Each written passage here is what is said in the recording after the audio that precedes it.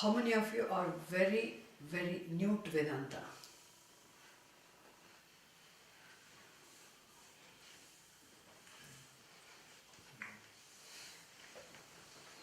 How many of you are little exposed to Vedanta already?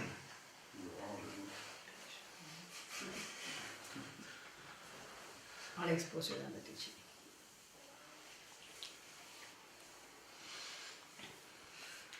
How many of you like to chant the mantras with the meanings?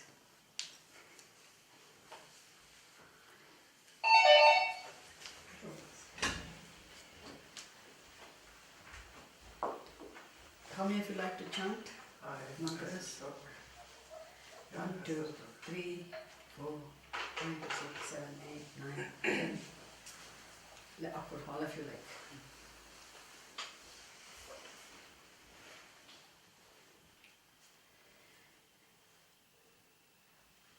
So there will be regular chanting classes every Saturday in the evening. Your time 7 to 8. My time 6 to 7, London time. You're most welcome to join the classes via Zoom. Okay?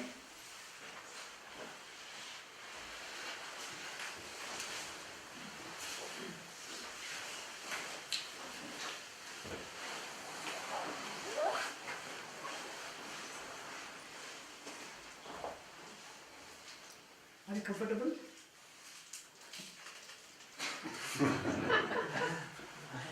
Yes, sit here. Do I have to? I prefer to sit here. You feel comfortable. Be comfortable, that's it. I'm trying.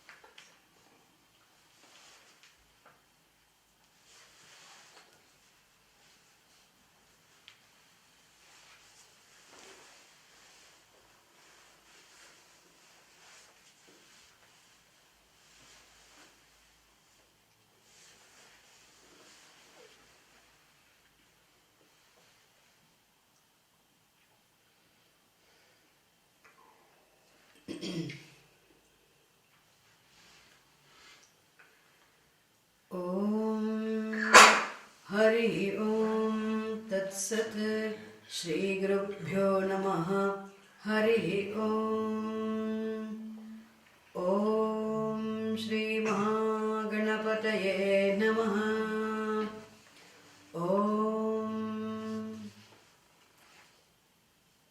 Gananam Tva Ganapatigam Havamahe Kavim Kavinamupamashravastamam Jeshtarajam Brahmanam Brahmanaspata Anashranvannotibhisida Sadhanam Om Shri Mahaganapataye Namaha Om भद्रं कर्णेभिः शृणुयामदेवाः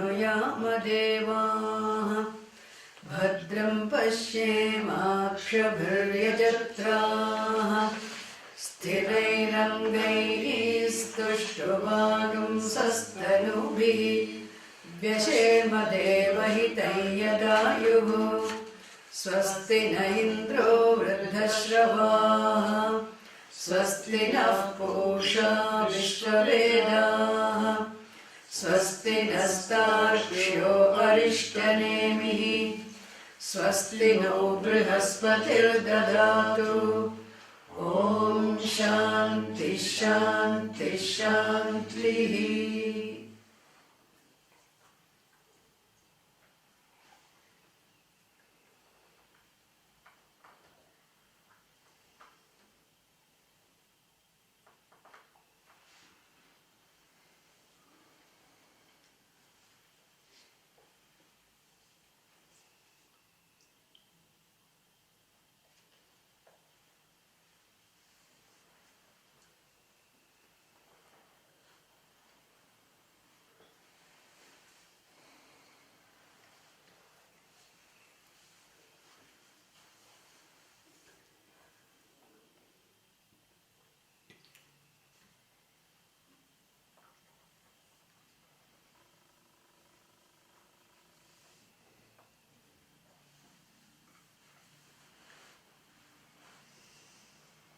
In Vedic tradition,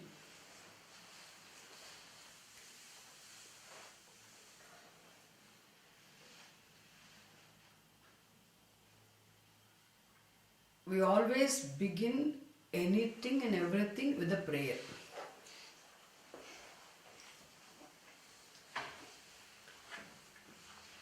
There's nothing which is begin without a prayer.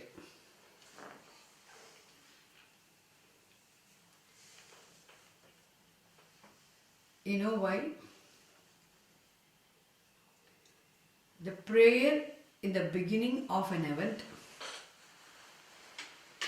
is to invoke grace. So prayer is to invoke the grace. Why do we need grace? The grace is to support our effort. Grace is prayed for to support our effort. Why should our effort be supported? To be successful, to be able to complete it, to be able to finish it. So whatever we intend to start, whatever we want to do, to make this program, to make this event, to make it a work, anything complete, to make it, to be able to complete it, to make it useful and successful, we seek the grace. There is our effort is involved. We make efforts to complete it, to do it well. But our efforts themselves are not enough. We also need the grace for any success. So anything is begin with the prayer. Some of you are already exposed to the teaching.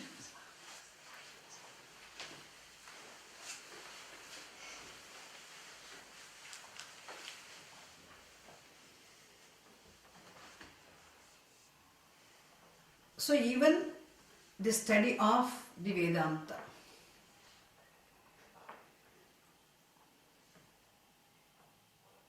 people even in India only study Vedanta. Most of the people don't study the entire Veda.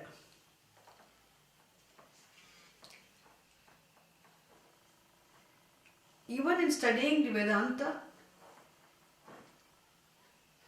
there's always the study is begin with the prayer.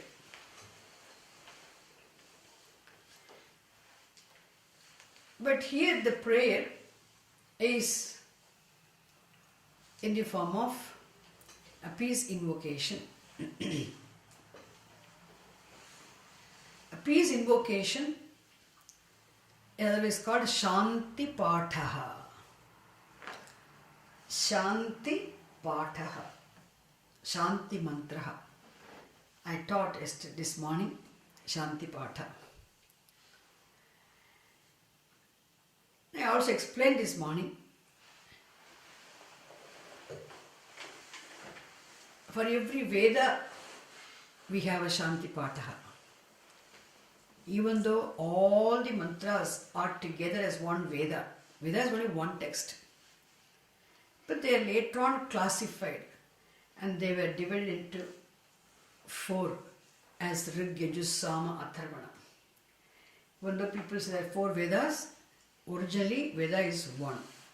Later on they are compiled, mantras are compiled and separated into 4 as 4 Vedas. So in each Veda also there is a Shanti Pataha. And each Shanti Pataha we conclude saying Shanti 3 times. Om Shanti Shanti Shanti. The word Shanti means peace, you all know very well. But why do we say Shanti 3 times? This morning I explained. See, in fulfilling any of our wishes, in fulfilling any of our desires, in accomplishing any end, in achieving anything, in any of your endeavors, whether it is a material end or a spiritual end,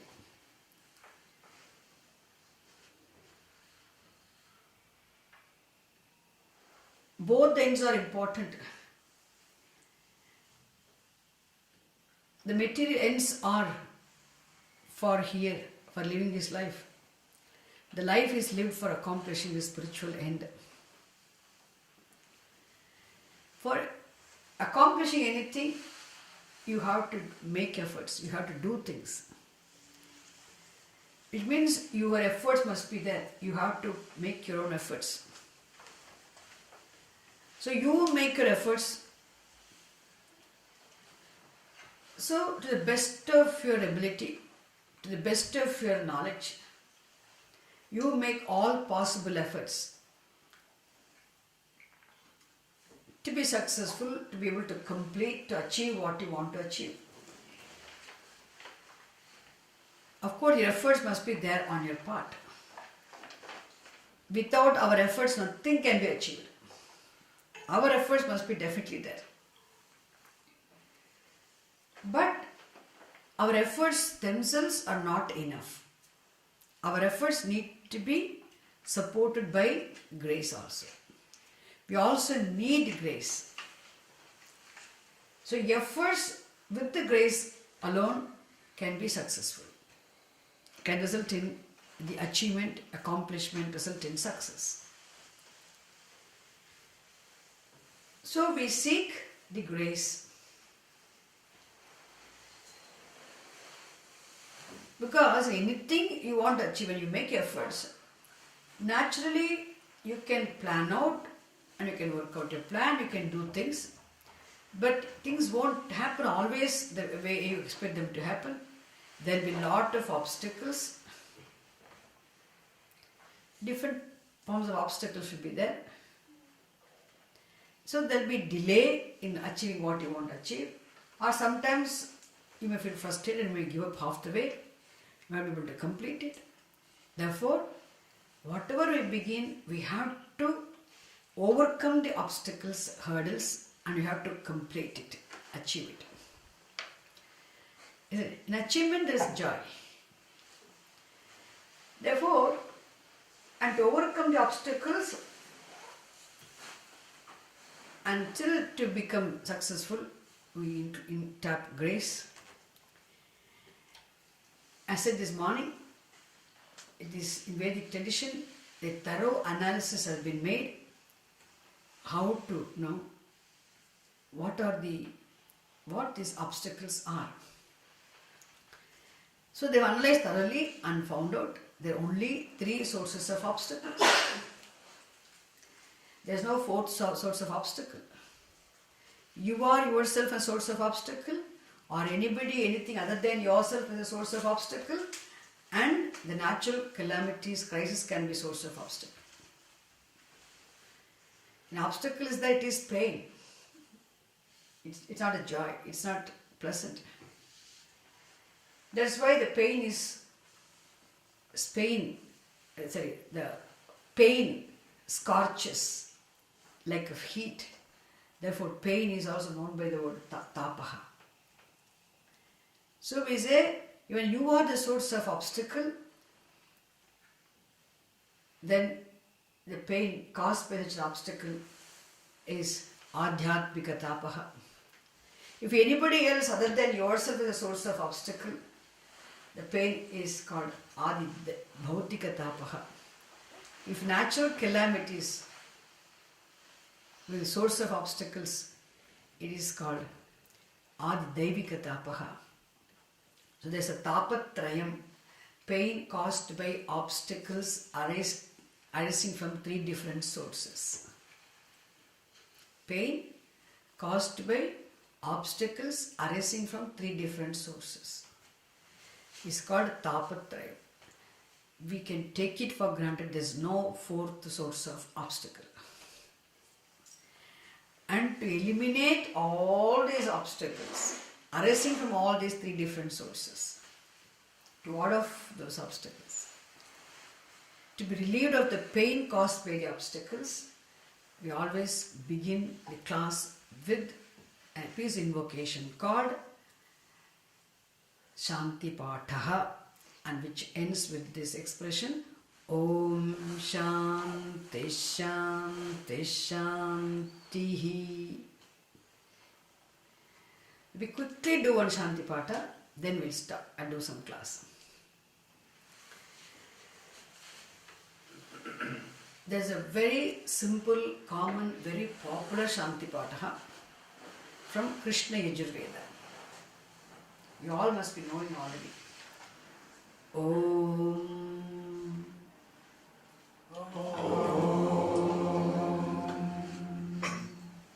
Om is a monosyllabic expression consisting of only 3 sounds, 2 vowels and 1 consonant.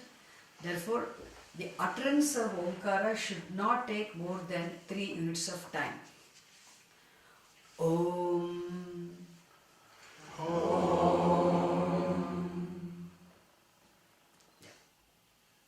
Try to make it too long. Oh, no. Om.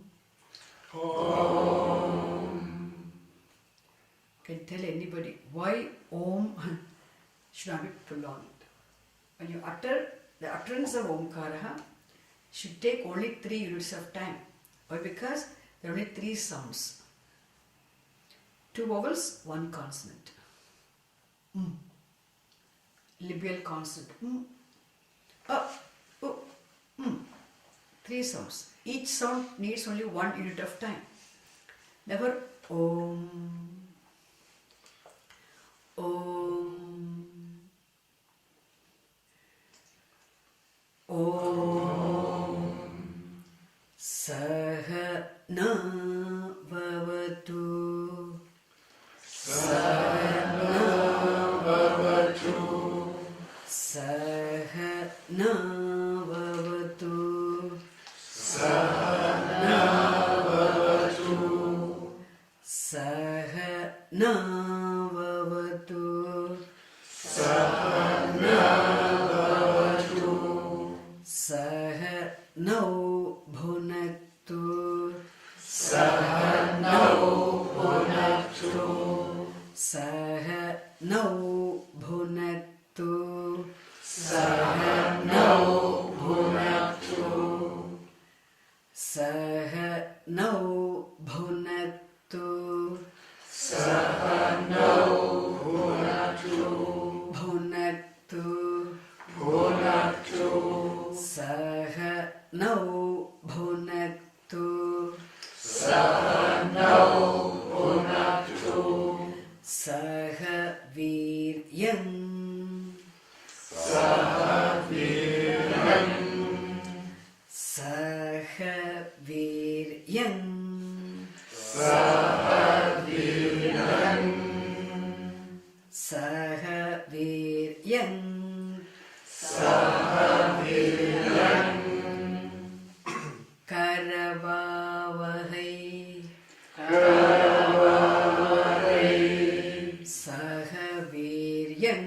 Karavavahai Sahaviryam Karavavahai Karavavahai Tejasvina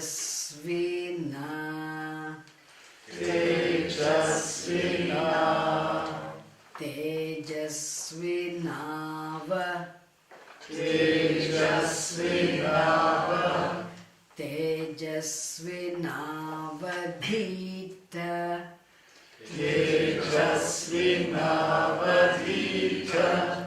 Tejasvinavadhitamastu Tejasvinavadhitamastu Tejasvinavadhitamastu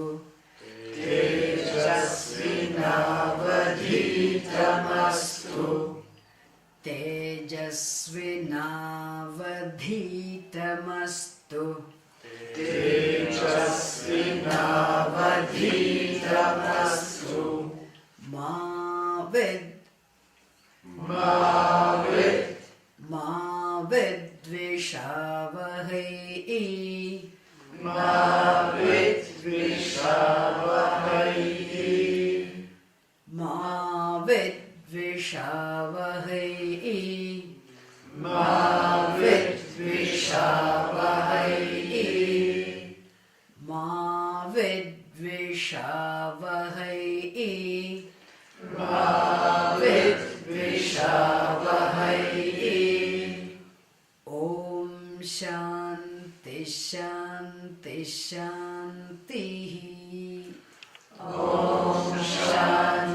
Shanti Shanti Om Sahana Bhavatu Sahana Bhavatu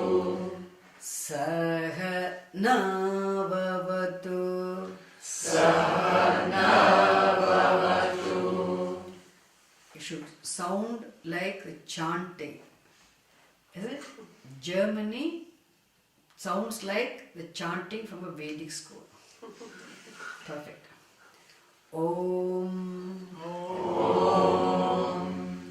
Sahana Bhavatu Sahana Bhavatu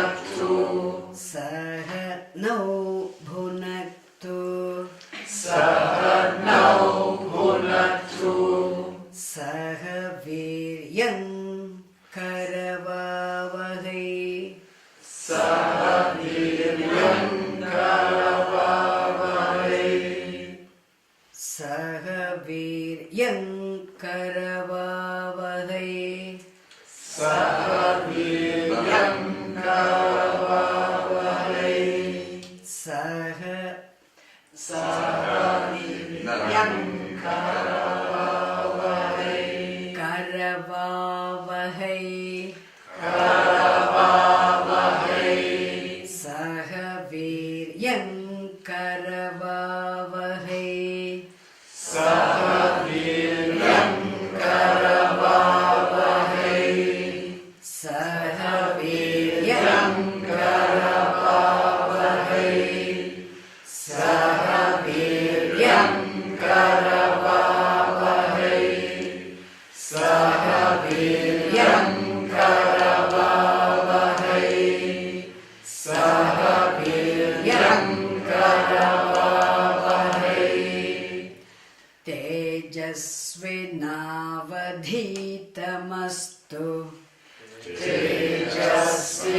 Tejasvinavadhitamastu Tejasvina Tejasvinava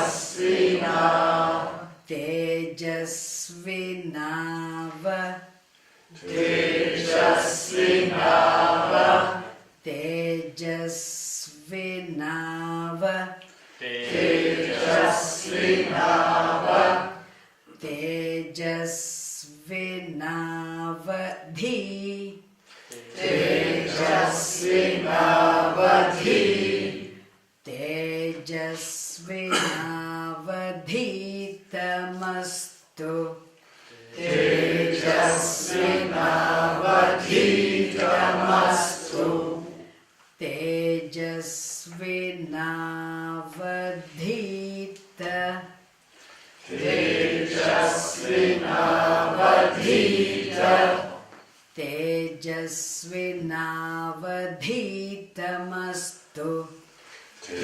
Tejasvinavadhitamastu Tejasvinavadhitamastu Tejasvinavadhitamastu Tejasvinavadhitamastu Ma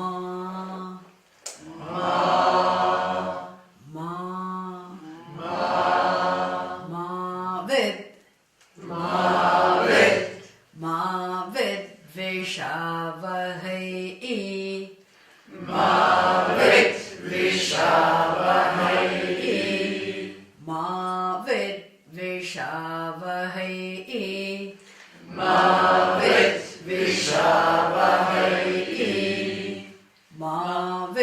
Vishavahai Mavid Vishavahai Om Shanti Shanti Shanti Om Shanti Shanti Shanti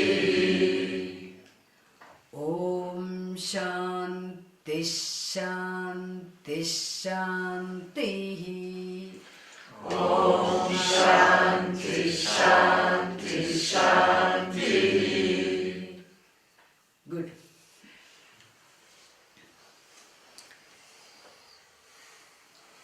So we always seek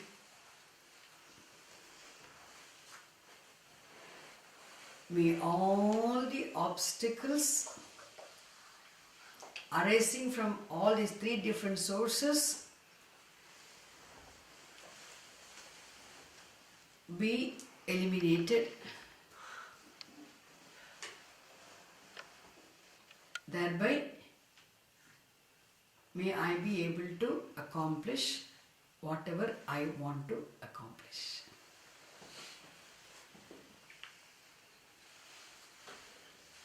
And it's the first prayer. Saha Navavatu.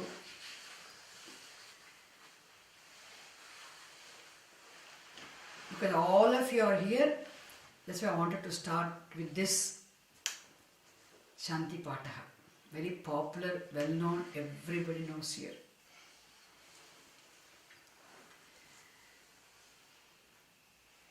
Avatu means may protect. So may the Lord protect.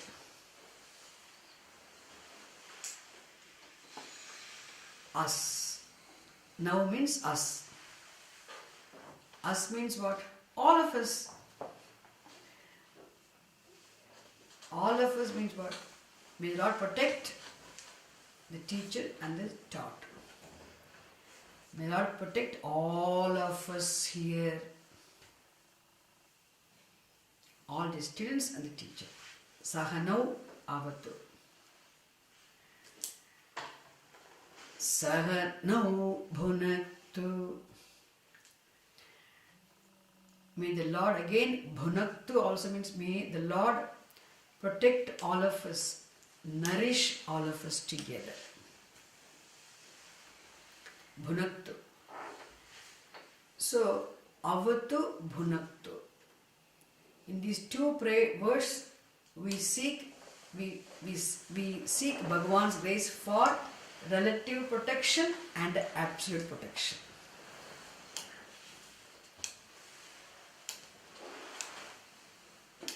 So may the Lord bless us with absolute protection.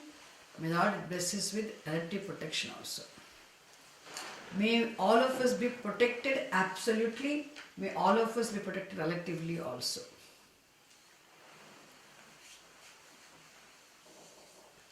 So may Lord protect us by blessing us with the wisdom, which is the absolute protection. May Lord bless us with the knowledge, thereby protect us, which is the absolute protection. And may Lord bless us with everything that we need to live this life. May Lord nourish us with, for physical nourishment we need food, for emotional nourishment, isn't it? We need to live a life of dharma. So may Lord nourish us, protect us relatively. By blessing us with everything that we need to live this life meaningfully. It's a very short sentence, but very rich, very pregnant with meaning. Sahanau bhunaktu sahaviryam karavavahai. So may all of us have the strength. Viryam in strength. May Lord bless us all with the strength.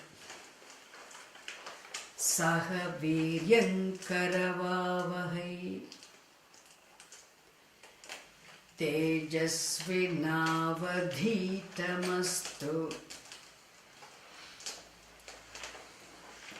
So once the teaching is there, we're exposed to the teaching, and the teaching repeatedly being exposed to, continuously exposed to the systematic teaching, in due course of time will result in definitely the clarity. Isn't it? Clarity of vision, clear thinking, clear understanding. How does one get clear understanding, clear vision? By repeatedly being exposed to the systematic teaching. In due course of time, one will have clear vision, doubt-free understanding. Once that clear understanding, doubt-free understanding is there in your mind, you have clear doubt-free understanding of the teaching.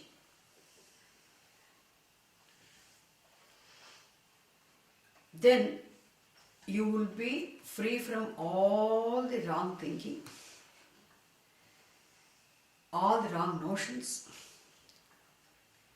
Therefore, when the wrong notions resolve, wrong perceptions are corrected, with a clear perception, the clear understanding, doubt-free knowledge, then there will be only peace. There will be only happiness. There will be only joy. Whatever happens outside will not disturb you in any sense, in any way. You will not be afflicted, disturbed by any external situation. Still, your peace will not be disturbed. Why? You have right perception of everything. How is it possible for you to perceive everything rightly? How is it possible for you to have the right perception? Because you have a clear, doubt-free vision of the teaching.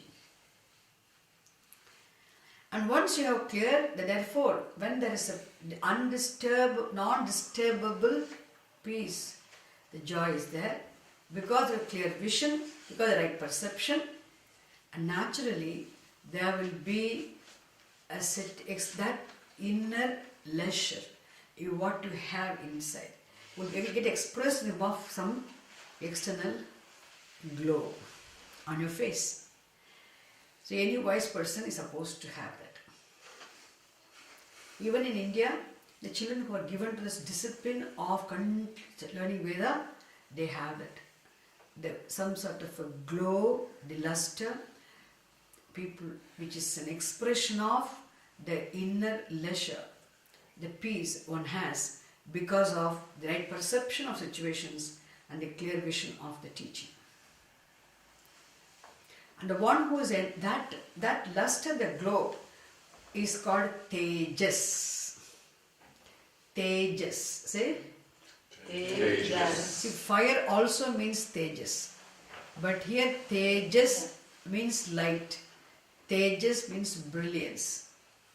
But here Tejas means some sort of a facial glow, the luster one has as an expression of the peace, the calmness, the serenity, the tranquility one has in one's mind. That serenity and tranquility, how does one get? It is not, we can't go and buy in shops, isn't it? That we cannot, that is there, naturally there, when you have clear understanding of the teaching, thereby when your perception of the world is correct. And that, okay, therefore the Tejas one will have. Who has the Tejas? One who has the clear, doubt-free understanding of the teaching. Because the teaching, one has what? Right perception of the world. One's perception of the world is right. Thereby, one has what? One cannot be disturbed by any external situation. Therefore, one maintains one's tranquility, serenity. The serenity is there, there will be glow. And that glow is called, the luster is called Tejas. And the person who has the clear understanding, thereby who is of the right perception of the world, and who has the calmness, non-disturbable inner tranquility, such a person who has that brilliance in his face, he is called Tejasvi.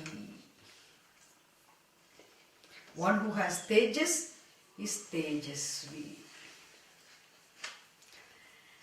So the prayer is, O Lord, may you protect the teacher as well as the taught, and may you protect all of us absolutely by blessing us with this absolute wisdom, the knowledge, which is the absolute protection. And O Lord, may you protect all of us by nourishing us, by blessing us with all that we need to live this life meaningfully.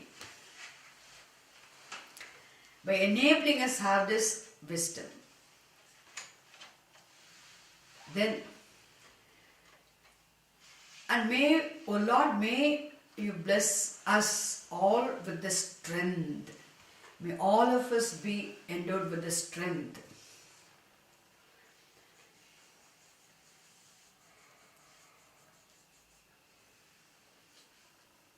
And next prayer is what?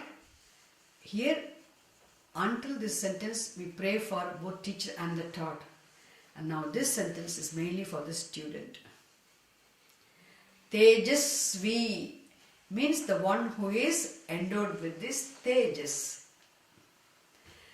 And the Tejas born of, Tejas is an expression of the in tranquility one has as a result of the perception of the world, because in the light of the clear teaching understanding. So Tejasvina means, may I become Tejasvi. Already you all have Tejas. You all have Tejas already. Now we pray, O Lord, may I have the Tejas. May I become Tejasvi. May I become the one who has that luster, the glow, the brilliance, the expression of the expression of the tranquility which is there in the mind, born of the clear understanding. When you say may become Tejasvi, what does it mean? O Lord, may you bless me with a clear understanding. May I study the scriptures properly. May I understand it correctly. May have the clear, doubt-free understanding of the teaching. Thereby may have, in the light of the teaching, may have the brilliance, in the tranquility, and as expression of that tranquility may have that what? Tejas. Make me a Tejasvi. May have a Tejas, may become Tejasvi. Means what? May you make me wise. Understand? Make me wise.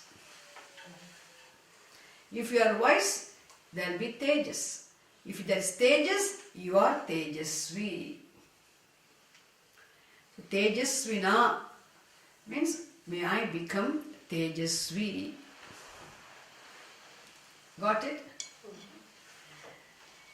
Then avadhitam astu. Avadhitam astu means may whatever is taught become thoroughly, doubtlessly understood and ascertained. May the teaching be understood correctly, properly and thoroughly understood and assimilated by me. Okay, avadhitam astu. Or we can also say Tejasvinau, then may both of us have this glow. Adhitam astu, may the teaching be understood by me properly.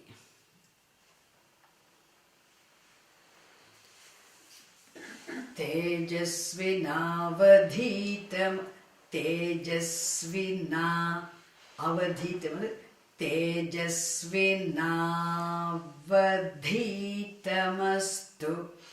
Otherwise, Tejasvinau adhitamastu or Tejasvina avadhitamastu.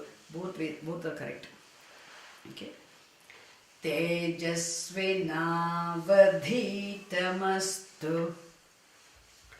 Tejasvinavadhitamastu.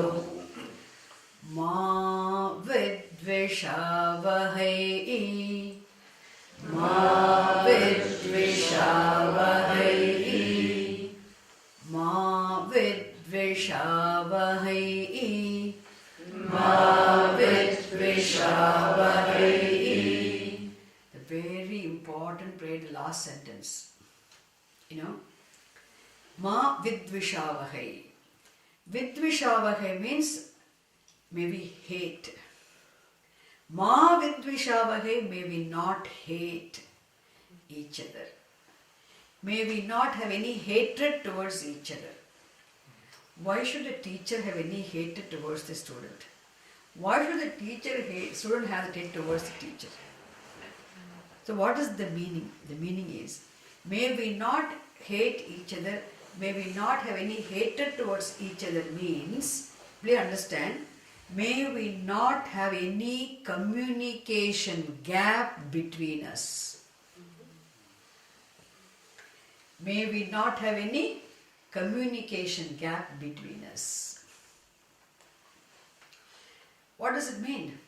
So may whatever the teacher is teaching, may I raise myself to the level of the teacher, try to understand what the teacher is teaching, and may the teacher also understand the level of the student, try to come down to the level of the student and try to make the student understand. There will be effort on the part of the teacher as well as the student to try to understand each other, to go to the other person's level and try to make the teaching understood. Is it clear? That's called, let there not be any communication gap between the teacher and the student.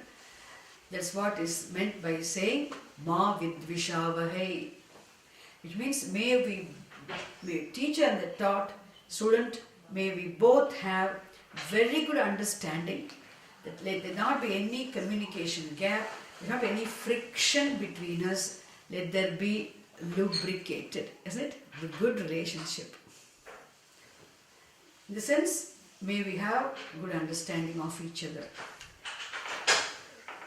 Ma vidvishavahai. Because learning can happen only in a friendly atmosphere. It's not only with the teacher, even with every classmate.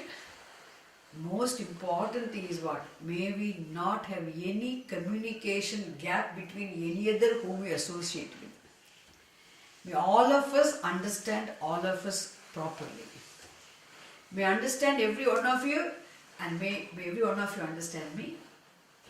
May all of us have good understanding of each other. But all of us have what? Then there will not be any enmity, hatred between us. Even among every one of you. In every human relationship, there must be good understanding, right understanding of each other. Once understanding of the people understanding is there, then that it is not possible for us to have any hatred. There won't be distance. There won't be any communication gap. What? Ma vidvishavahai. Ma vidvishavahai. Om Shanti Shanti Shanti.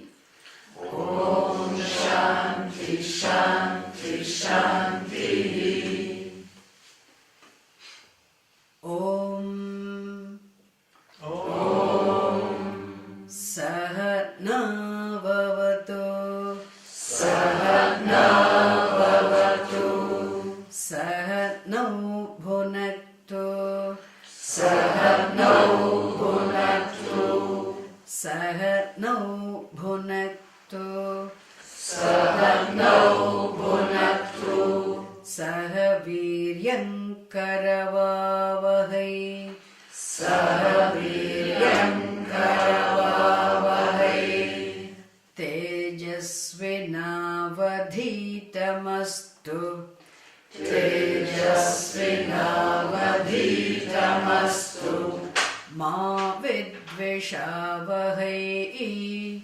Ma vidvishavahai. Om Shanti Shanti Shanti. Om Shanti Shanti Shanti. This is Shanti Pataha from Krishna Yajurveda, and we have chanted into word of the obstacles in our pursuit of knowledge. Okay. Now, this morning, again I had a talk, because people who were here were exposed to already the teaching. So I just started saying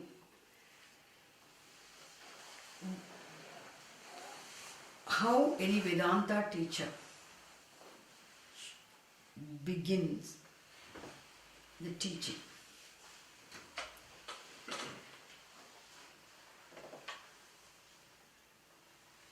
See, for a person who wants to study Vedanta, so Vedanta is a separate Shastra, even though it's part of the whole Veda, which is a huge text. The last thin, small portion of the Veda is the Vedanta. The end portion of the Vedanta, consisting of texts called Upanishads, which is also known as Jnana Kanda of the Veda.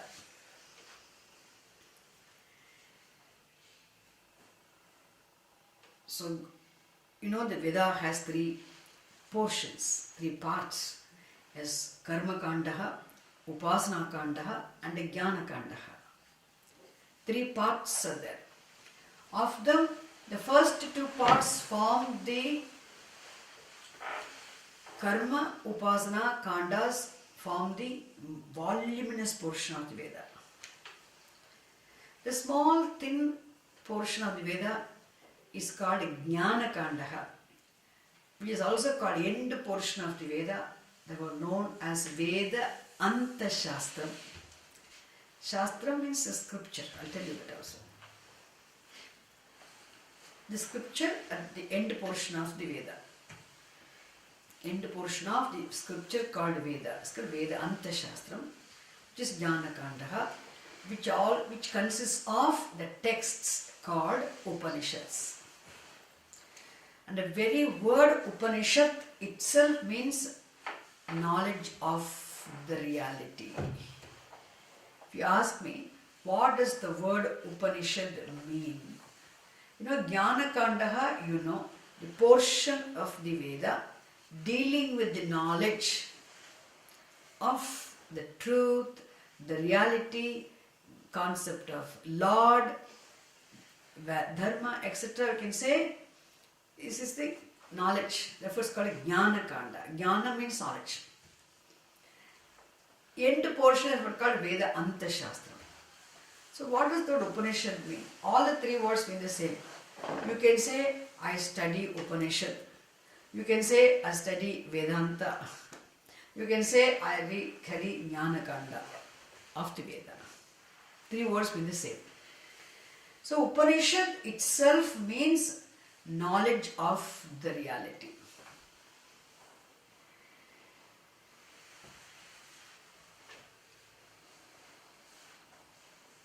So, the very name tells you knowledge of the reality.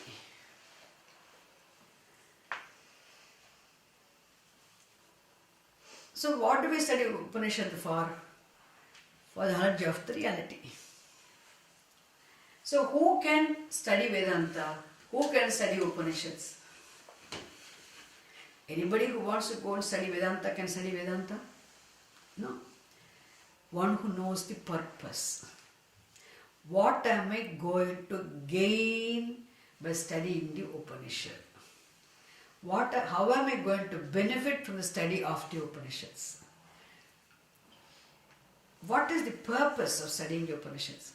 If I do not even know the purpose of studying the Upanishads, if I do not know the benefit of studying the Upanishads, if I do not know what I am going to gain out of studying the Upanishads, then what should I study? Simply for studying? For time passing? No. Purpose must be very clear. So, therefore, purpose of the study of the Vedanta Shastram must be very clear for any Vedanta student in the very beginning itself. Without knowing the purpose, without knowing the benefit that you are going to have by studying the Vedanta, you simply study Vedanta means then it will be, and it will not be a spiritual pursuit, it will be an academic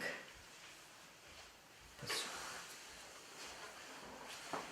If Vedanta Shastram, we do not know the purpose, then people may not, it's not possible to study also. If at all somebody studies Vedanta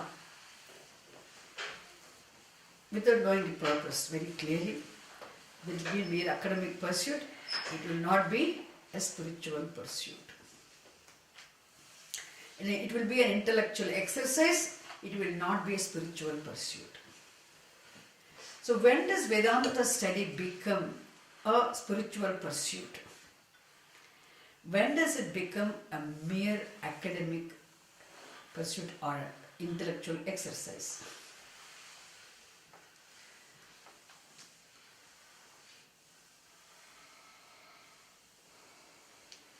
When you know the purpose, it becomes a spiritual pursuit.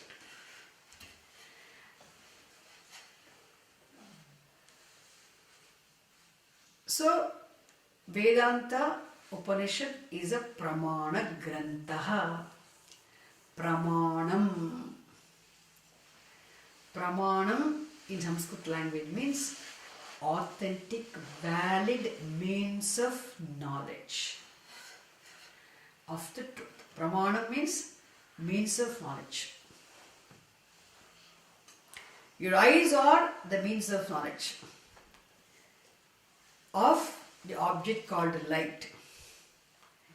Your hearing power is a means of knowledge of the object called sound.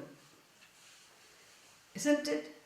If you want to have the knowledge of the taste, whether something tastes bitter or sour or sweet, is it tea? Yes. Is it sweet or bitter? Does it have sugar? Our meher, where is what's the name? Peher wants sugar, and others all don't want sugar. Is sweet or not sweet? Is it sweet or bitter? You see, can you make out how does it taste? You have to use your tongue. You see, you can't know. You hear, you can't know. To have the knowledge of the taste, tongue is the only means of knowledge. You have to use your tongue. And you can pour in your tongue, you can say whether it is sweet or bitter. Similarly, tongue is the pramanam for you to say it is sweet, it is bitter. For you can have the knowledge, this cup of tea is sweet, this is bitter. You can say, what is the pramanam? What is the means of knowledge? Tongue. Tongue is the only means of knowledge of the object called a taste. Which means knowledge, the means of knowledge is pramanam. And here we say, the Veda Anta Shastram, otherwise called Upanishad, is also a pramanam.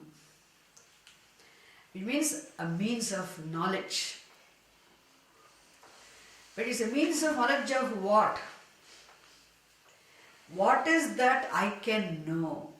When you study the Upanishad mantras, when you understand each and every word as properly unfolded, handled by a proper teacher who knows the method of unfoldment. When you study the Upanishad, the competent teacher who knows the method of unfoldment, who knows the sampradaya.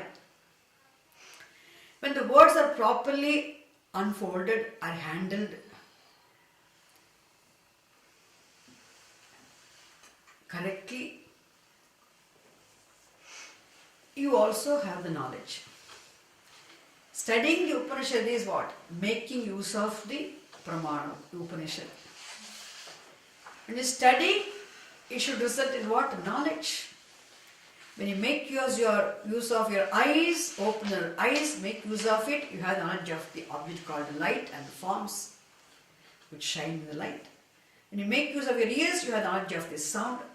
When you make use of your tongue, you have knowledge of the taste. When you make use of the pramanam called the Shastram, Upanishad, Vedanta Shastram, in terms of studying the Upanishad, it also serves as a means of knowledge. So what is that? What knowledge do you get by operating this means of knowledge called Upanishad? This knowledge of the reality, knowledge of the truth. Upanishad serves as a means of knowledge of the truth, the reality. And the reality, what is the reality? What reality? It's the reality and truth, the two different words I'm using, both mean the same thing. The truth or the reality of this entire universe, entire cosmos.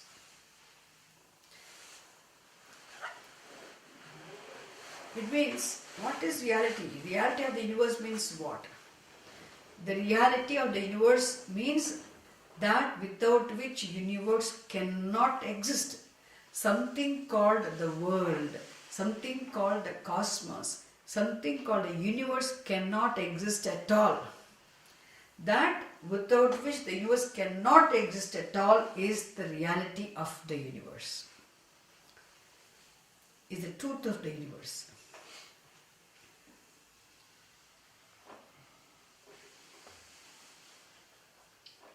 If we remove the water, there cannot be something called ocean. If we remove this wood from here, I will sit down and fall down. The chair will disappear. There cannot be something called a chair here. When this form called a chair will disappear if I remove the wood from here. Similarly, what is that without which the wood is the substance, chair is the substantive. Water is the substance, ocean is the substantive. Gold is the substance, ornament is the substantive. The substance is removed, substantive will lose its existence. Substantive will be meaningless. Is it clear? For water is the truth without which something called ocean cannot exist at all. Similarly, it's an easy example, and imagine this universe. You can't even imagine. Why? It is incomprehensibly vast, inexplicably vast, and is huge. The universe also, of not one thing, innumerable, countless forms, names and functions which constitute the whole universe. The elements, 5 elements and the elementals, the living creatures, non-living things, the functions, the actions, the experiences of all this, the entire universe will just disappear. There's one thing, one substance, one thing without which the universe will be non-substantial. Okay? The substance of the substantive universe is the truth of the universe, reality of the universe, which we do not know. And we do not know that we do not know. That is reality. We only know the universe. We see the universe. For us, universe means what? What we see, what we hear, what we smell, whatever we taste and touch. Just small. Our universe is very small. And the whole universe will disappear. There is the truth of the entire universe. From a standpoint of which you can say all the elements are one, all the elementals are one, all the forms are one, all the names will resolve in one, all the functions will resolve in one, all these very innumerable countless forms, names and functions, varieties and differences, all of them will resolve in one. What is that? Isn't it? Is reality. And that reality in the Vedanta is implied by one word in terms of its nature. Brahma. Have you heard this word Brahma? Brahma? So Brahma means what? Brahma, the word, doesn't indicate the reality. Brahma is a word implies the reality. So reality is implied by the term Brahma because reality is of the nature of limitlessness.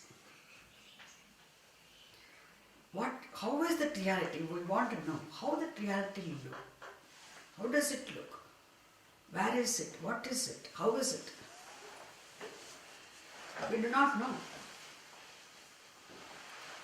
So what is the reality implied by the term Brahma? There is one more word, Atma.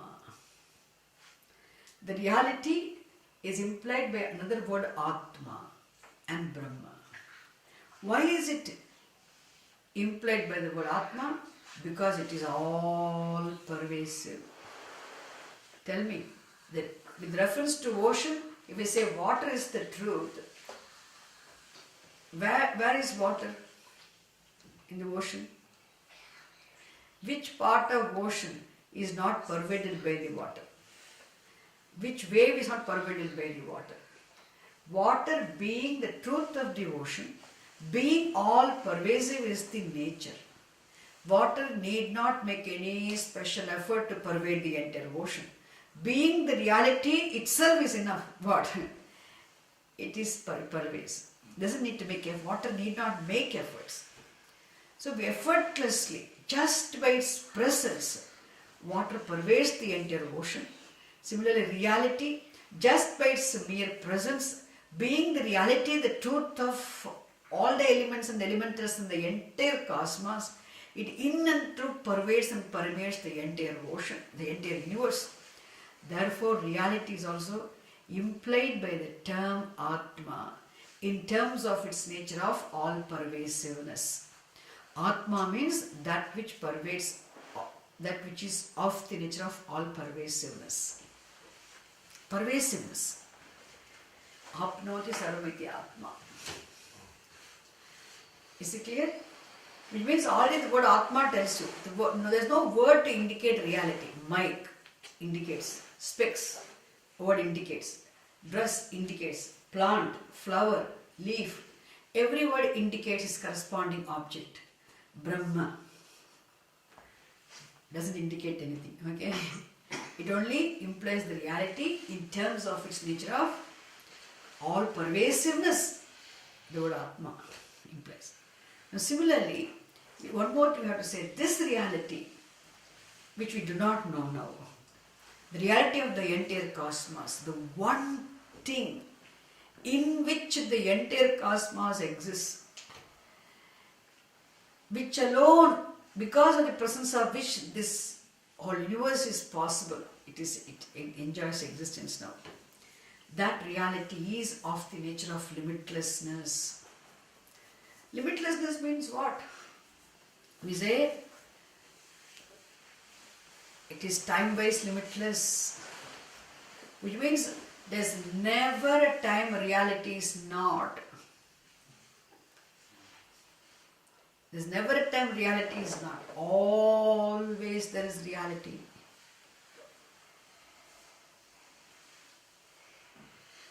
Always it is there. Always it is there means what?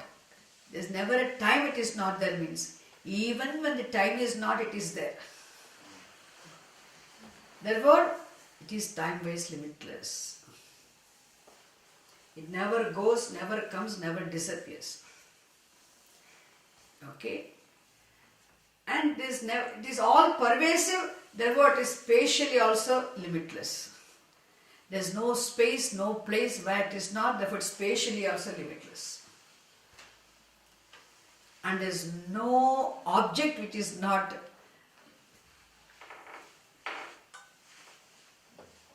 which is not pervaded by the reality. Therefore, its object is also limitless. It is not different from any object. Which wave is not water?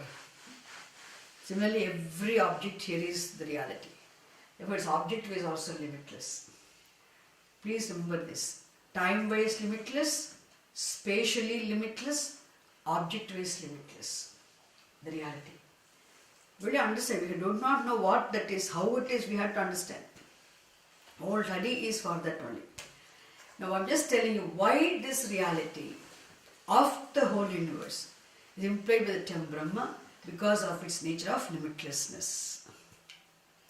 Now this Upanishad serves as a means of knowledge of that reality, means to understand what is that reality, how that reality is, how it is of the nature of all pervasiveness, how all pervasively, timelessly, how it is there always, in the form of everything, how that reality, time-wise limitless, spatially limitless, object-wise limitless, that reality, how it is, what it is. We do not know. And to understand that reality, we need a means of knowledge. Isn't it? And we can't use these five sense organs to know any one given object, given thing. You can use this means of knowledge. We are already endowed with, we have five sense organs. We can have knowledge of light and objects shining in the light. We can have knowledge of sound and form and color and taste, etc. through our sense organs. But to have the knowledge of that reality, because of which sense organs are functioning, because of which the objects are perceptible, because of which perception is possible, because of the presence of which experience is possible, because of the presence of which the existence of the world is possible, life itself is possible, living is possible, that reality implied by the term Atma or Brahma, we do not know what it is. And to have the knowledge of that reality, to know what that reality is, you need a means of knowledge, and that means of knowledge is Upanishad.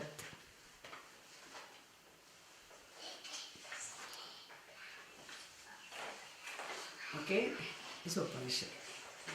Now, once you have knowledge of that reality, we also talk about this word used in Lord. Even what is Lord? The Lord is a concept to be understood. The Lord, the God is a fact, concept to be understood. In understanding the reality, even this concept, the fact, the concept of God also will become understood very clearly. It's a fact. Become very clear. And not only that, you can understand the connection also. What this universe is, what I am, what this God is. Understand the connection between the three also. How there is relatively, empirically in our experience, we do see the difference. I am an individual who is part and parcel of the whole cosmos. I am not outside of the universe. None of us is outside of the universe. We are all, and every individual, we are all part of the whole. Aren't we? Like which wave can hang around by itself without the ocean being around?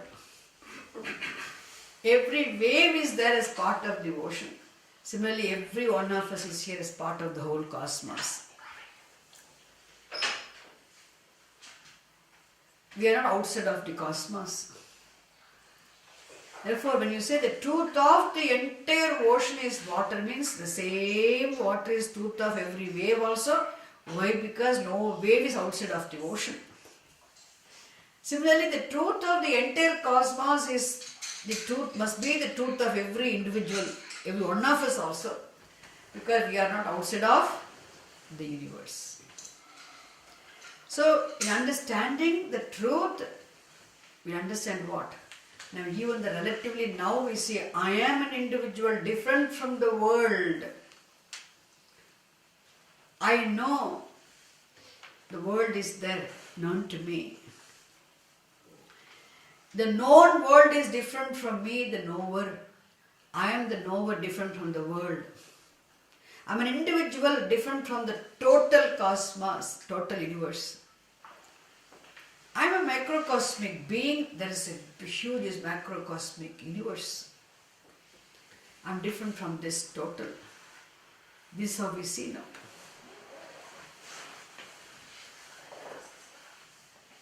We do see the difference. Wave is a small form, ocean is a big form. Even though wave is part of the ocean, still wave is a small form, ocean is a big form. We do see the difference between wave and wave, the difference between wave and the ocean also. Like that, we do see the difference now. I am an individual different from the macrocosmic universe. The universe is different from me. And I am different from everybody else. Everybody is different from everybody else. We do see these differences. We do experience these differences. We can't deny our perception, isn't it? We don't need to deny our perception. But still, once you understand what the reality implied by the term Brahman is, through the study of the Upanishad, we can understand how, even though these differences are there, relatively, absolutely, there is non-difference. How, from the standpoint of the water, the reality, there is no difference between wave and water, ocean. Because there can't be something called wave without the water. There can't be something called ocean without the water. The one thing without which the wave-ocean difference itself is not possible. That, from the standpoint of the truth, okay, there's no difference. Similarly, even though we do experience the differences, we do perceive the differences, still the standpoint of that truth implied by the term Brahma, you can see how there is non-difference also. Isn't it? So this, to have the knowledge of that abstract, subtlest reality implied by the term Brahma or Atma, Upanishad is a means of knowledge. How can I trust? You say Upanishad is a means of knowledge. Does it work? You have to make use of it. Then you see whether it works or not. If it doesn't work, then you can ask. Without having made use of it, you cannot ask me. Isn't it? Anything you have to make use of something to know whether it works or not. The medicine is given to you by the doctor. If you don't trust the doctor, you don't eat it. Keep the medicine in your hand. But can you say the medicine is useless?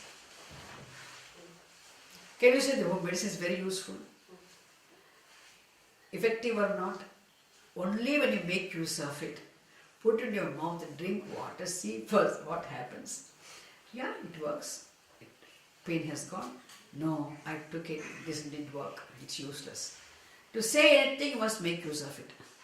Here also, you have to make use of this Upanishad in terms of studying it with the help of the teacher, the competent teacher who knows the method of unfoldment. You can't just go and buy translations and read on your own. It needs to be unfolded. It needs to be properly, the words have to be understood properly. Then you can see, once your eyes are open, the means of knowledge is operated, you have no choice. Can you say, don't see the light? Keeping your eyes open. Can you say that? Eyes are open means you have no choice. Light will be seen.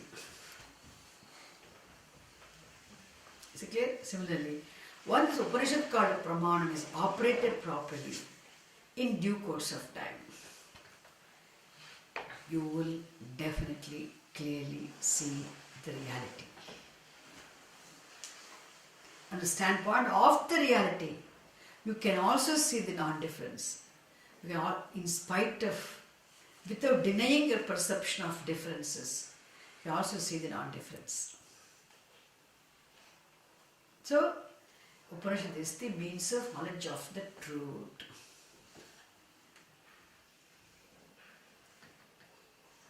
Now the question comes. That's fine. It is made very clear, Swamiji, that we understood Upanishad, otherwise called Vedanta Shastram, serves as a means of knowledge of the truth. Fine. Why do we need that knowledge? Why do we study Upanishad? Because to have the knowledge of the truth. Now the question comes, what is the use of gaining the knowledge of the truth? What is this knowledge for? It will be useful. Only if I am interested in the knowledge of the truth, I can study Upanishad. You are not interested in knowledge of the truth. Why should I study? Yes, that's true.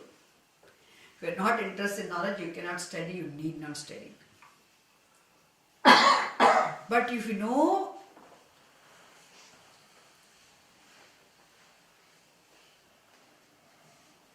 the value of the knowledge,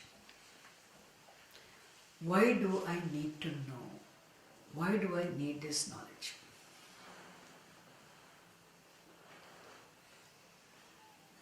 Then you will know the value of the knowledge. Once you know the value of the knowledge, you will become committed to the pursuit of this knowledge.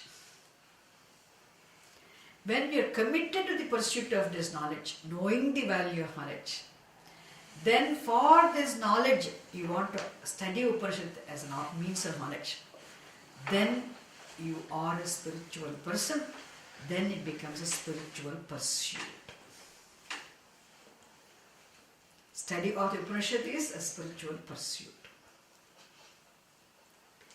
Because you are studying for jnana, because you know the value of the knowledge.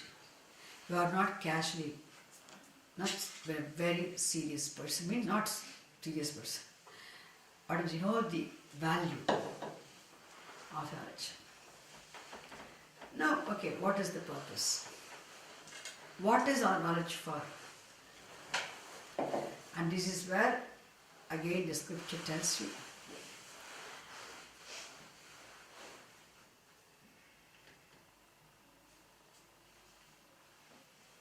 See, the whole life of a human being becomes absolutely successful, meaningful, and complete if we have the knowledge of the truth. Knowledge of the truth doesn't matter, irrespective of how you lived, what you have achieved, what you have not achieved, what you have done, what you have not done. Still, knowledge of the truth makes your life absolutely successful, meaningful, and complete.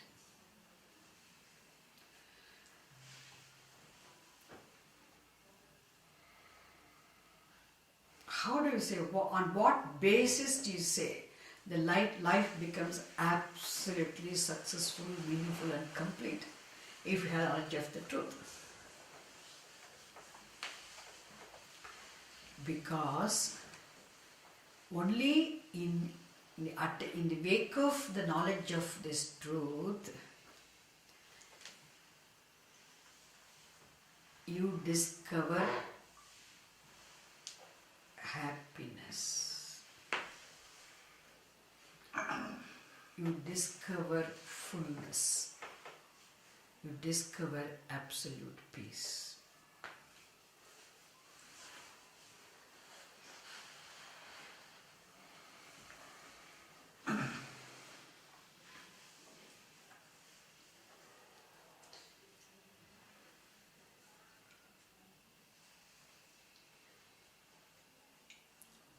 The life becomes a successful life only when you discover happiness. Happiest person is the most successful person.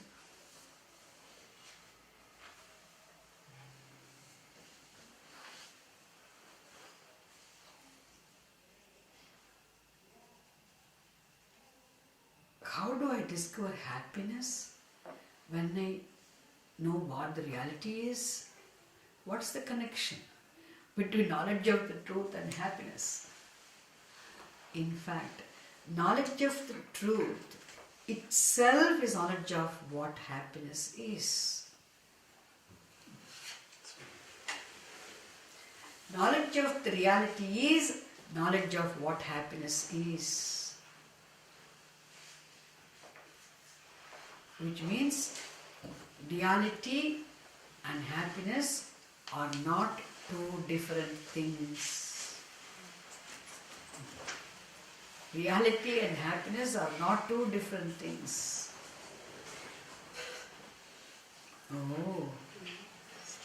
Now some doubt comes. I thought I know what happiness is all these days. Only now you understand you do not know what happiness is. We really speaking, we always say, we use the expression, I am happy, I am very happy, I am very, very happy, I am very pleased, I am very happy. I am very happy. All of us use this expression. We say we are happy, People come and tell me, come to the class, I'm very happy, Swamiji, I don't need Vedanta study. I said, I do namaskar like this. I don't force you to study. I have no pressure of wanting to teach also. Somebody comes and asks me to teach, I'm very happy to teach. Nobody comes to study, study, still I'm happy. See, we come to know of our ignorance. Only when you study, when you're exposed to the teaching, we come to know of our ignorance. Now, what is that ignorance we come to know? We do not know what happiness is. Even though we use this expression, I am happy, you are happy, she is happy, etc., etc., we really do not know what happiness is.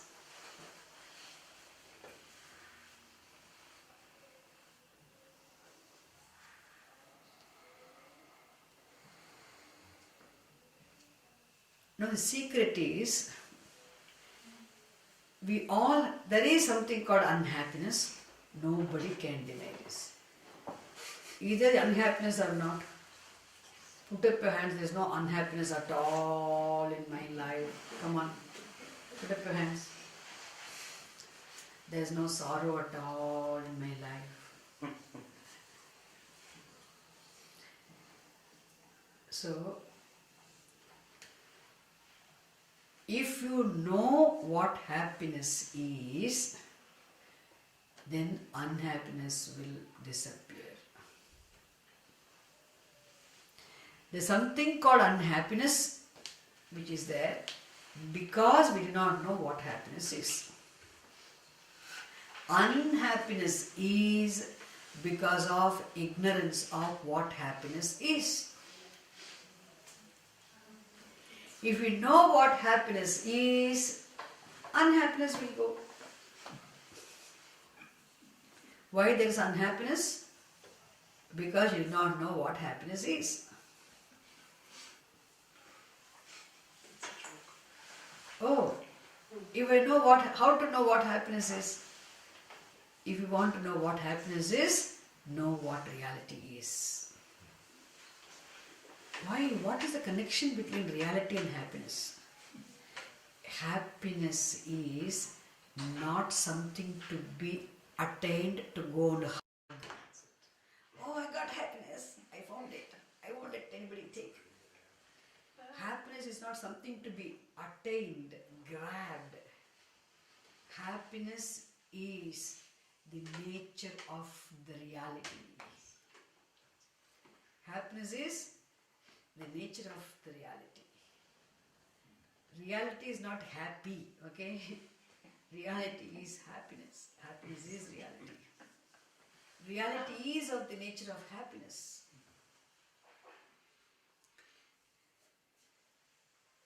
If you know what reality is, you know what happiness is. Happiness is another word for limitlessness. Being limited is being unhappy. Being limited is being bound. Being bound is being unhappy. Being limitless is being free. Being free is being happy. Therefore, limitlessness is happiness. Get it? Limitlessness is happiness. And limitlessness is nature of the reality.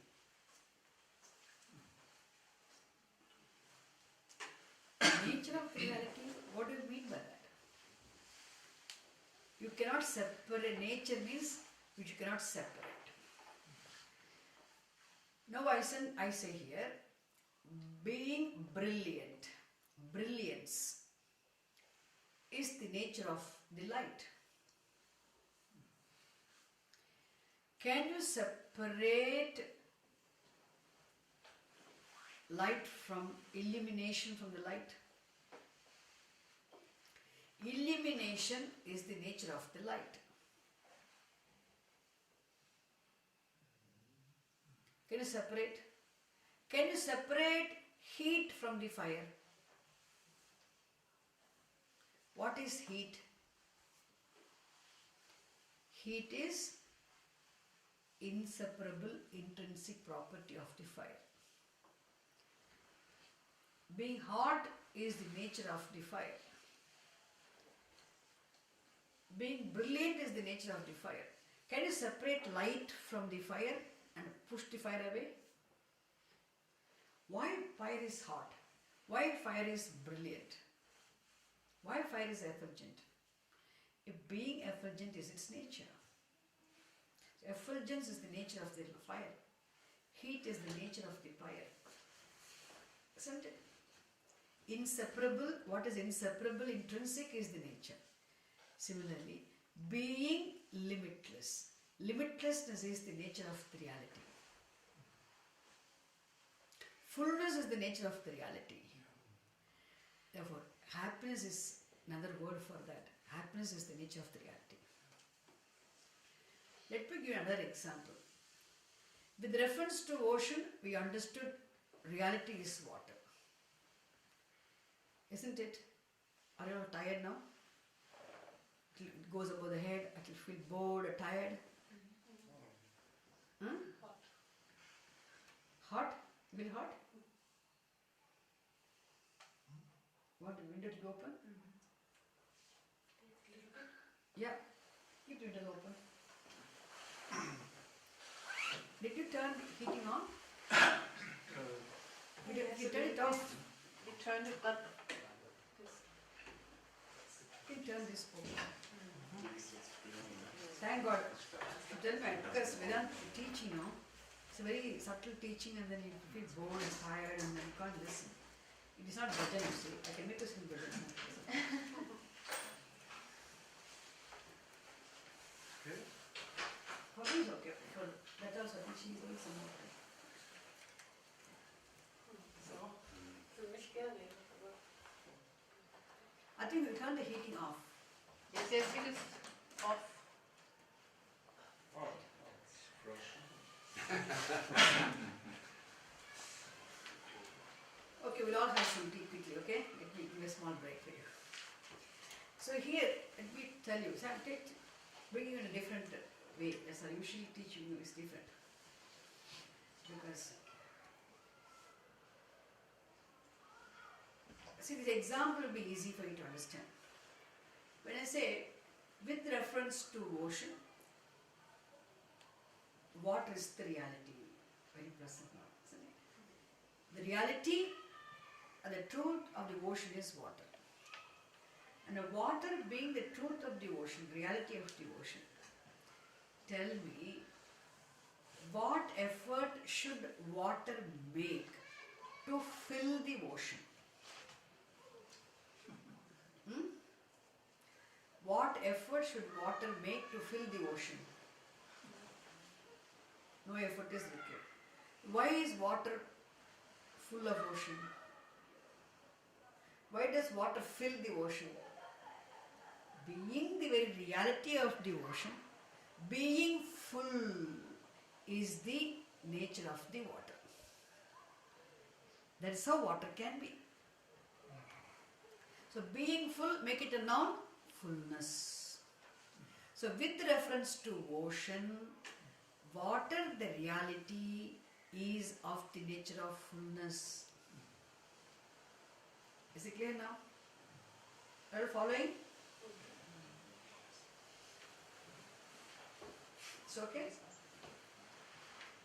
Doesn't matter, listen, it again becomes clearer. Similarly, with reference to this entire cosmos also, this reality implied by the truth, implied by the term Brahman, is of the nature of fullness, is of the nature of limitlessness, is of the nature of happiness. If you understand what the reality is, in the light of the knowledge of what reality is, you will understand what fullness is, what happiness is. If you do not know water being the truth of the ocean, you can never understand how water is or the nature of fullness with reference to ocean. Isn't it? Therefore, you need to understand what the reality is with reference to this entire universe to understand how reality is of the nature of limitlessness, happiness. Therefore, now tell me, just as heat and fire are inseparable, fullness, limitlessness, happiness and reality are inseparable. Reality is of the nature of happiness. Got it? Therefore, if you know what reality is, you can understand how reality is of the nature of limitlessness. How can you know the fire is hot if you do not even know what fire is? If you know what fire is, definitely you will know what heat is. Without knowing what the fire is, suppose imagine, I know you all know fire. If you do not know what fire is at all, can you know what heat is? You should know what fire is to know what the heat is. Similarly, you should know what the reality is to know what limitlessness is, what fullness is, what happiness is. Therefore, knowledge of the reality is knowledge of what happiness is. Knowing what happiness is what discovering what happiness is. Understand now? So what is knowing now? Discovering the reality is discovering happiness. There are two different things. If you discover what the fire is, you have discovered what heat is. Therefore, heat and fire are not two different things. You can't even say heat and fire. Heat is fire. So, happiness is the reality. Reality is of the nature of happiness. It's okay? Therefore, now why there is unhappiness? Unhappiness is because of your ignorance of what happiness is. And if you ask you, it's a choice. How many of you want tea? Put your hands. Okay, put your hands. How many of you want coffee? How many of you want hot chocolate? How many of you want latte? How many of you want cappuccino?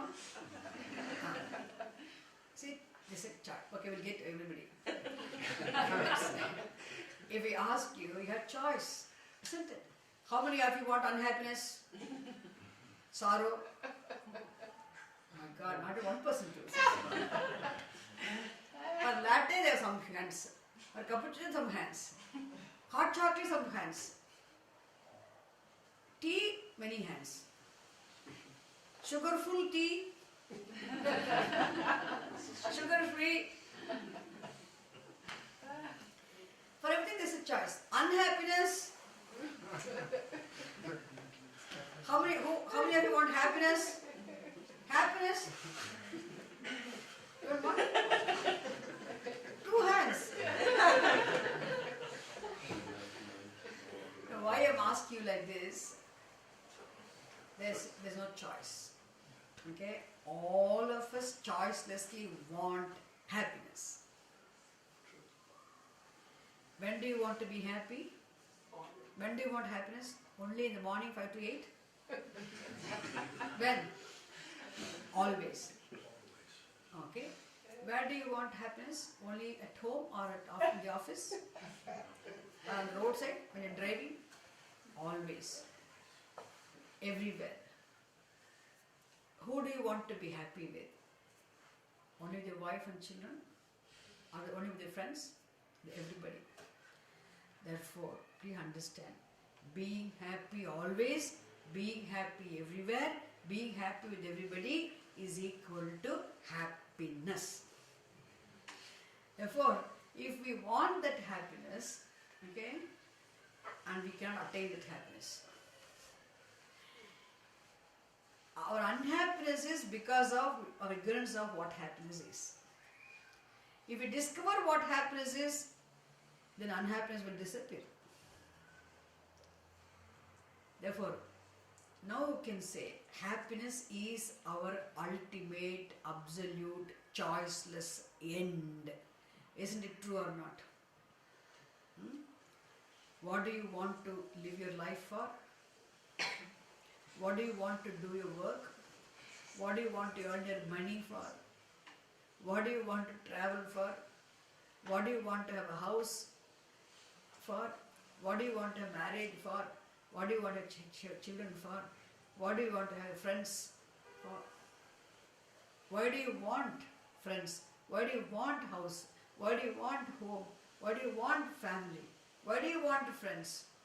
Why do you want to go and listen to watch some ballet, dance? Why do you want to listen to music? Why do you want to travel? If you ask, ultimately, why do you want to have money in the bank? Why do you want to have bank balance? Why do you want to have job? Why do you want to be academically qualified? Why do you want to be a graduate? Why do you want to have a postgraduate? Why do you want to do your postdoctoral fellowship? Why do you want a doctorate? Why do you want to update your knowledge?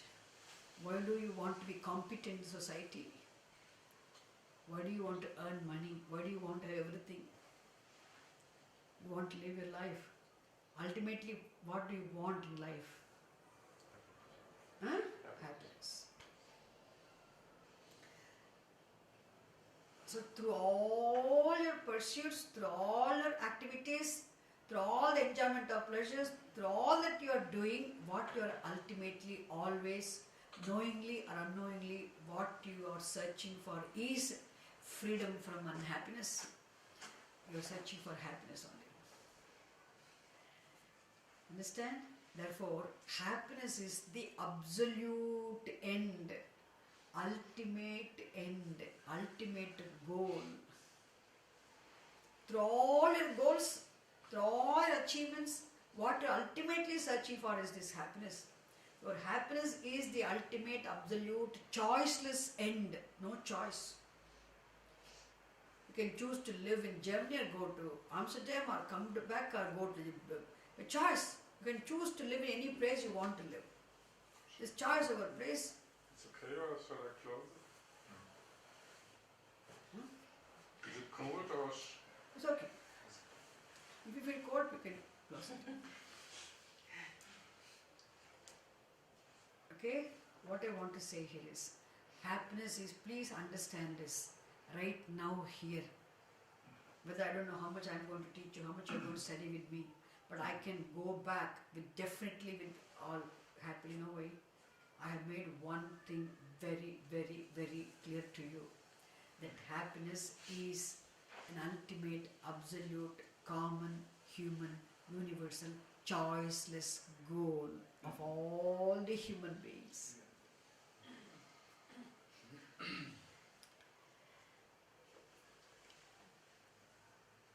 And only in discovering what this happiness is, unhappiness will resolve. And what you are always, the freedom from unhappiness is called moksha, muktihi. So moksha is equal to freedom from unhappiness. Freedom from unhappiness is equal to happiness. Therefore moksha, the direct meaning is freedom, implied meaning is happiness. Therefore, what is the ultimate goal of human life? In the Veda Shastram says, moksha. Discovery of freedom, discovery of limitlessness, discovery of happiness, which is already there as the nature of the reality. By discovering the very reality is moksha. See clear? And it is this discovery of happiness makes your life absolutely successful, meaningful and complete. Unless and until it is discovered. Okay? You may be relatively successful. You are not absolutely successful.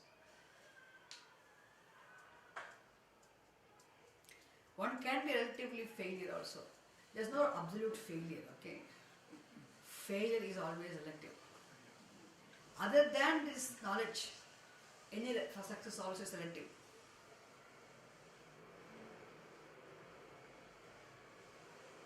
That is why there is no way of. That's why happiness is not a state of mind. Please understand. Happiness is not a state of mind. Happiness is not something to be attained. Happiness is, you can never attain happiness. Search and search and search. Search will be endless. Unending search.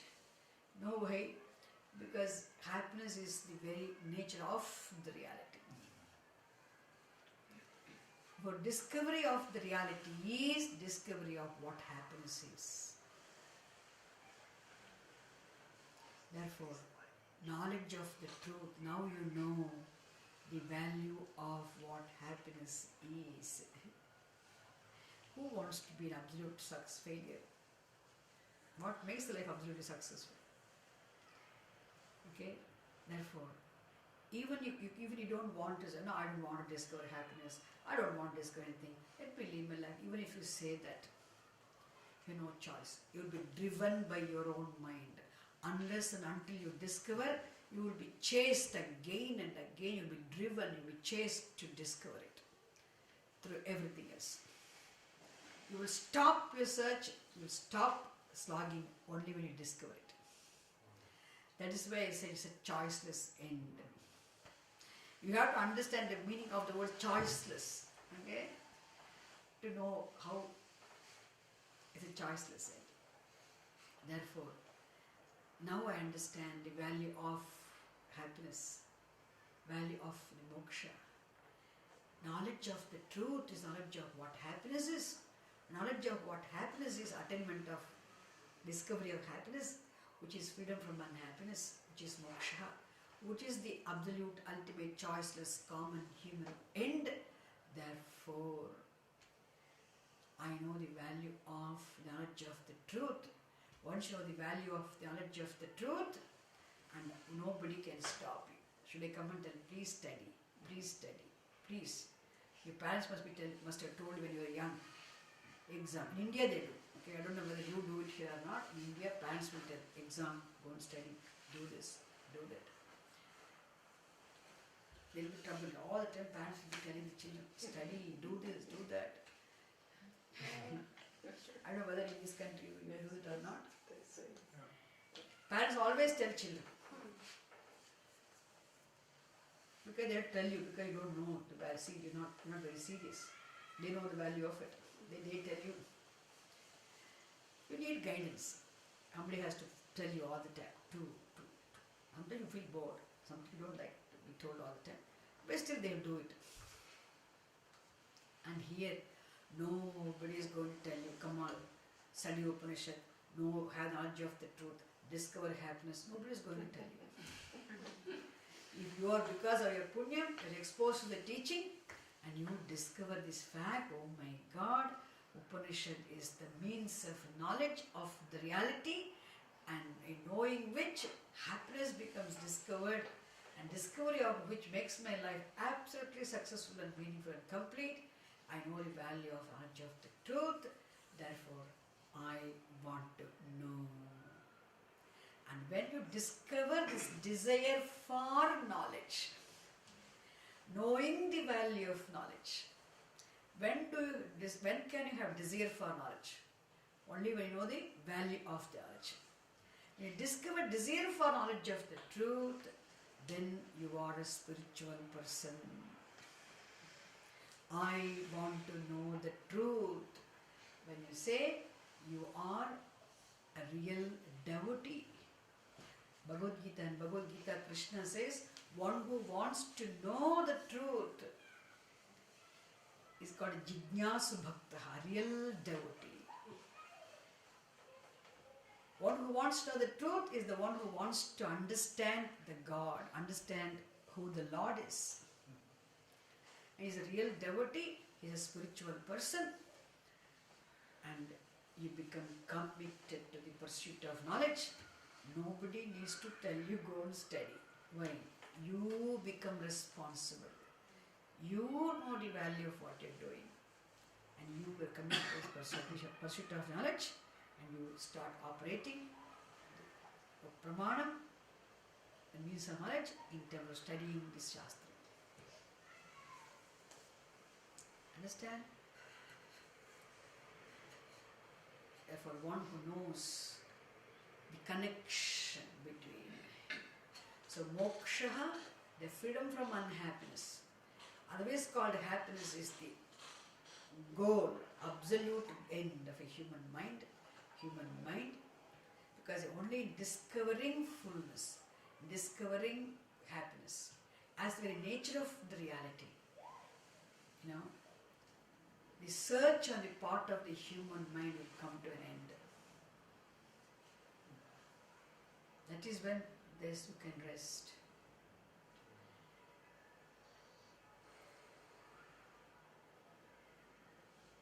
Know the value of the knowledge, study the Shastra.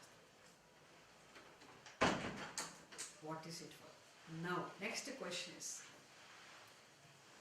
how does Upanishad help me understand, arrive at the truth? Now you understood, okay? Now we have accepted Shastra as the pramanam, we accepted, we know the value of the knowledge of the truth, therefore we become committed to the pursuit of the knowledge, therefore we are interested in studying the Upanishad. Now the question is, how is Upanishad going to help me understand the reality? There's an answer for that. You want small break for that? Yes.